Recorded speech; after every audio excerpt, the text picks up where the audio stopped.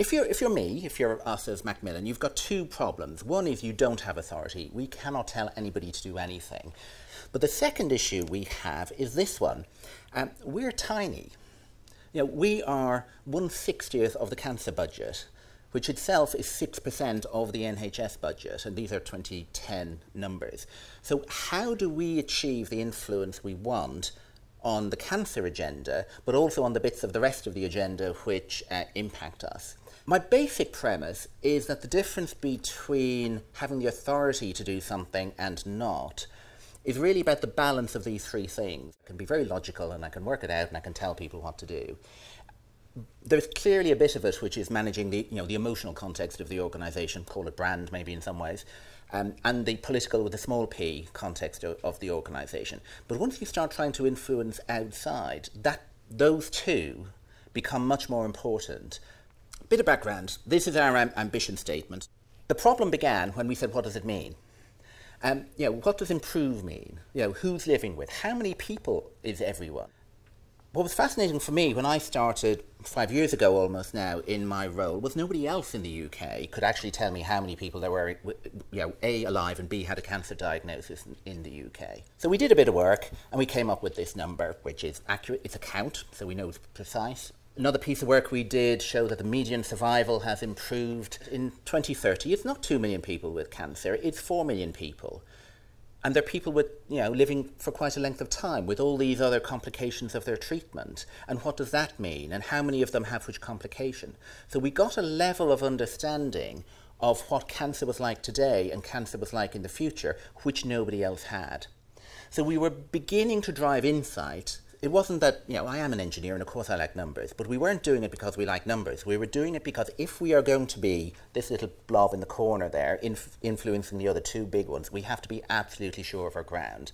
Because what we're trying to do is unfreeze the system and say, we want to completely change how cancer is seen. It's not about big expensive hospitals only, it's about community support. It's not about treating the tumour, it's about the impact it has on people's lives. This is a book produced by, amongst others, Jane Marr, who's our Chief Medical Officer, about communities of influence. And I want to spend a few minutes talking about that. But we very deliberately, very consciously managed to this kind of, let's call it diplomacy agenda. This has been going on for a long time, for 20 years or so. The topical version of this was really when the white paper came out, and I felt that patient engagement was being boxed into individual patient engagement at a very local level. Now, if I felt this as Macmillan, you can be pretty sure there are other voluntary sector organisations feeling the same thing. So we decided to do something about it.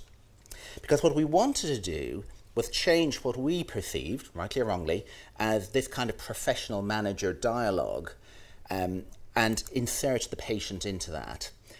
And we ended up with this document here, which the important bit of it is it's the 10 organisations you see at the bottom.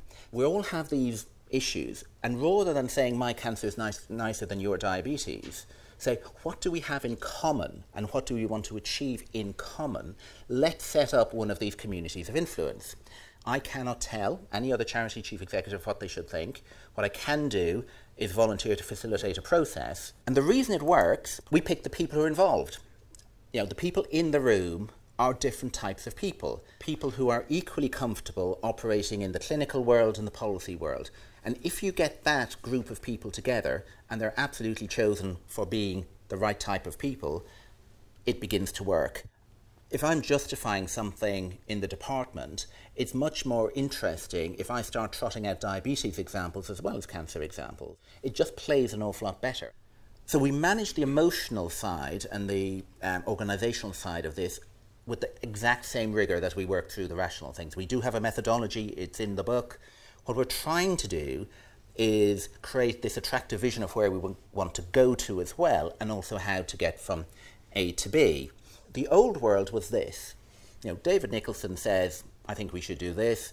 The SHAs, get told, they beat up in the PCTs, and the Foundation Trust go off and do it.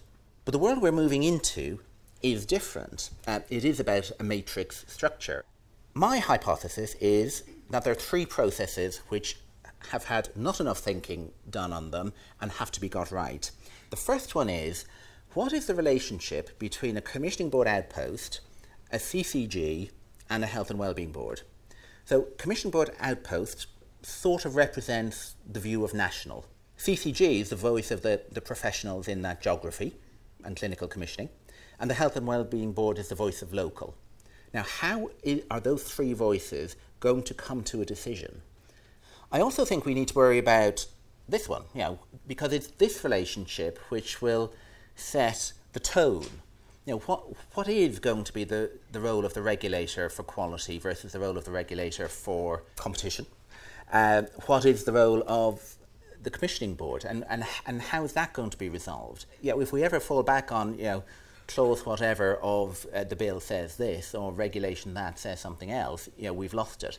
And the third one is when we start talking about configurations. How do these networks play into that? Because, a lot of this stuff will be above CCGs and above NHS commissioning board outposts.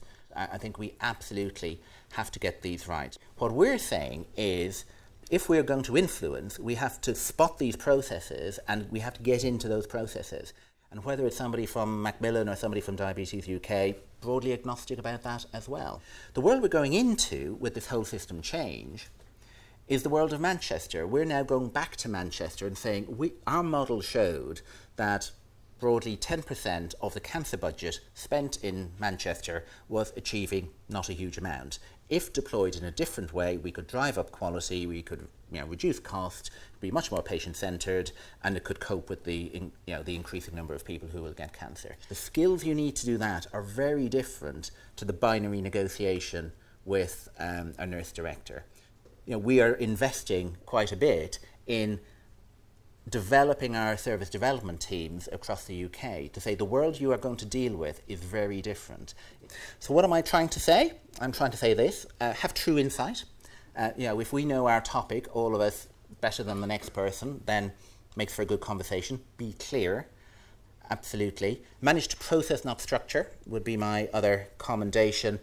Develop our skills. And absolutely, back to where we started as this group of 10, focus on the patients, because that's what we're all about at the end of the day, all of us. And it is the currency of the NHS, is great outcomes, great experience for patients. So if we frame it on that, then we've got some hope of making everything work. And I think that's all I wanted to say. Back to you.